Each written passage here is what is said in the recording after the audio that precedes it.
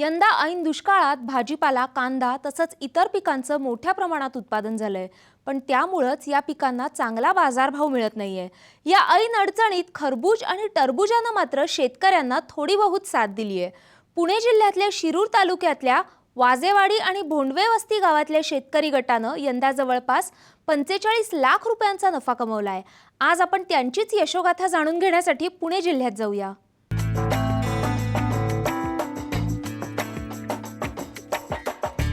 पुणे जिल्ह्यात अवर्षणग्रस्त तालुका म्हणून शिरूरची ओळख आहे, पण भीमा, घोडगंगा यांच्यासारख्या नद्यांवरील सिंचन प्रकल्पांमुळे या तालुक्यातलं मोठं क्षेत्र बागायती आहे। यंदा दुष्काळामुळे इथल्या शेतकऱ्यांना पाणी टंचाईला सामोरं जावं लागतंय, पण यावर मात करत अनेकांनी उसाला पर्याय म्हणून भाजीपाला तसंच टरबूज, खरबूज यांसारखी पिकं घेतलीत।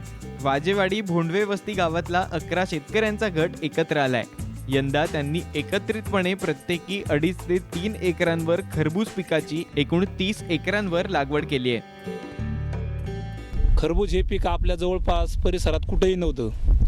आपल्यातील एक तरुण शेतकरी आणि स्वतःचा शेतीचा अनुभव BSc ॲग्री मस्के साहेब यांनी आम्हाला त्यावेळेस मार्गदर्शन केलं आणि ह्या चालू वर्षी त्यांनी आम्हाला एक गट तयार केला, म्हणजे एक 15-20 जणांचा गट तयार करून खरबूज पिकाला मार्गदर्शन केलं। एक दुष्काळी परिस्थिती मात करण्यासाठी त्यांनी आम्हाला एक सुरुवातीला काय केलं की रोपं लेट टाका, रोपं लेट लावल्याच्या नंतर सगळ्या बाकीच्या ठिकाणी दुष्काळ परिस्थिती आपल्याला बाजारभावाच्या हिशोबाने चांगल्या पद्धतीचं मार्गदर्शन होईल, बाजारभाव चांगला मिळेल हे मार्गदर्शन त्यांनी केलं आणि आम्ही थोडी उशिरा खरबूज पीक घेण्याचा प्रयत्न केला।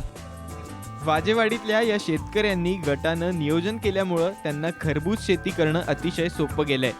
फेब्रुवारी महिन्यात त्यांनी खरबूजाची लागवड केली, पण यापूर्वी त्यांनी डिसेंबरपासून लागवडीचं नियोजन सुरू केलं होतं।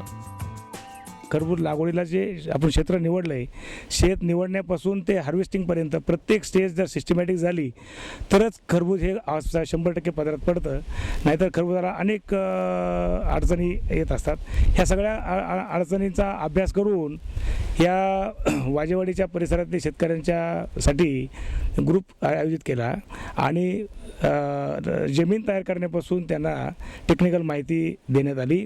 पहिली मीटिंग त्यांच्या वस्तीवरती झाली।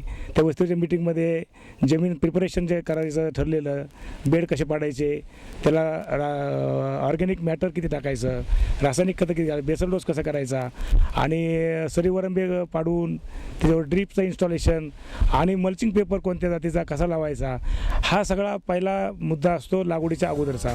गटशेतीमुळे अनेक कामं करणं शेतकऱ्यांना सोपं ठरलंय। मशागतीपासनं ते बियाणं खरेदीपर्यंत आणि लागवड नियोजन ते विक्रीपर्यंतची सगळी कामं सहज करण्यात एकीमुळं शेतकऱ्यांना यश आलंय। लागवडीनंतर जो मुद्दा ठरतो तो म्हणजे लागवड करत असताना मुद्दा ठरतो तो बियाणाचा।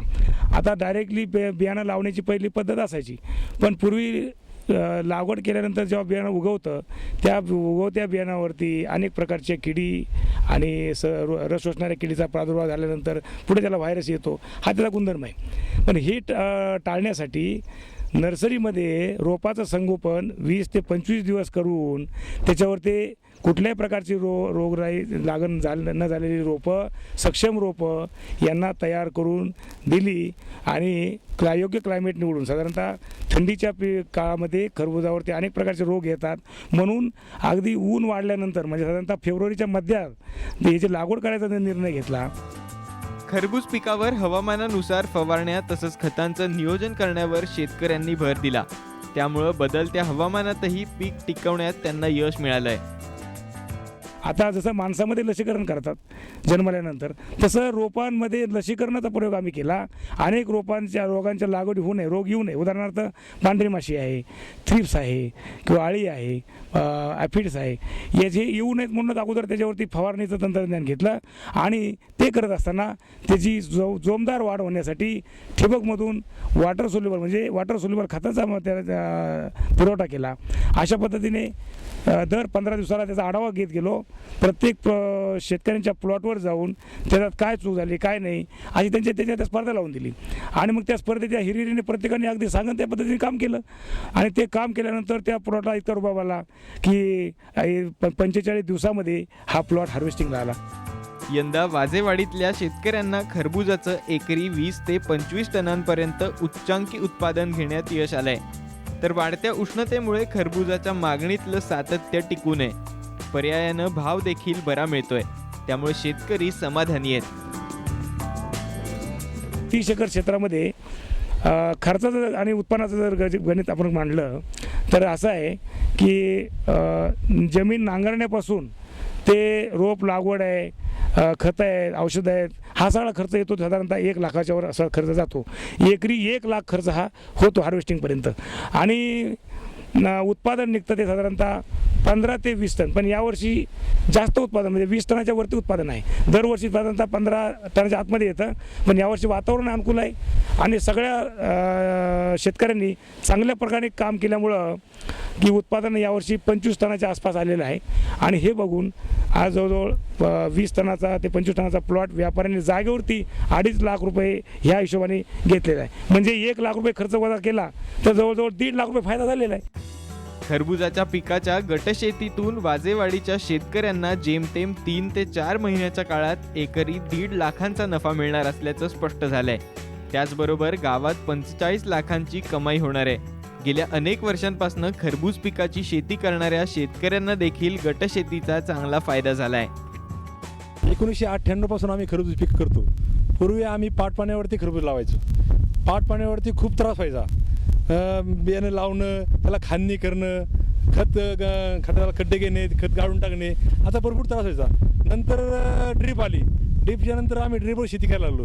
ड्रीपवर शेती केल्याच्यानंतर मल्चिंग पेपर आला. पुढं मल्चिंगवर शेती करायला लागलो. त्याच्यामुळं ग्रुप शेती केल्यामुळं मस्के साहेबांचं मार्गदर्शन आम्हाला होतं आणि आम्ही ग्रुप केला. ग्रुपचे केल्यामुळं एका मिनिटला अनुभव, कुणी काय चुकतंय काय होतंय, त्याच्यामुळं भरपूर प्रमाणामध्ये आम्हाला फायदा झाला. यंदा कांदा, भाजीपाला तसंच धान्य पिकांच्या बाजारभावानं शेतकऱ्यांना साथ दिली नाही. अशा वेळी खरबुजानं थोडे बहुत पैसे मिळवून दिल्यानं वाजेवाडीतला शेतकरी गट समाधानी आहे. शरद पाबळे, साम टीव्ही, शिरूर, पुणे.